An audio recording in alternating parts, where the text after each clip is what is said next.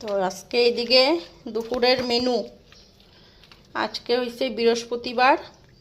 সকাল সকাল মাছের মাথা আনলাম। এই যে মাছের মাথা দিয়া বাঁধাকপির ঘন্ট হইব। তো মাথাগুলি এখন ভাইজা নি। এইদিকে কড়াই বসাইছি।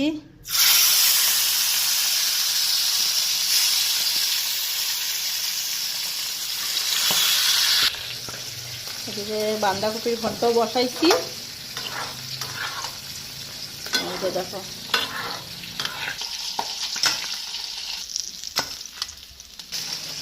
এদিকে মাথা দিয়ে দিলাম।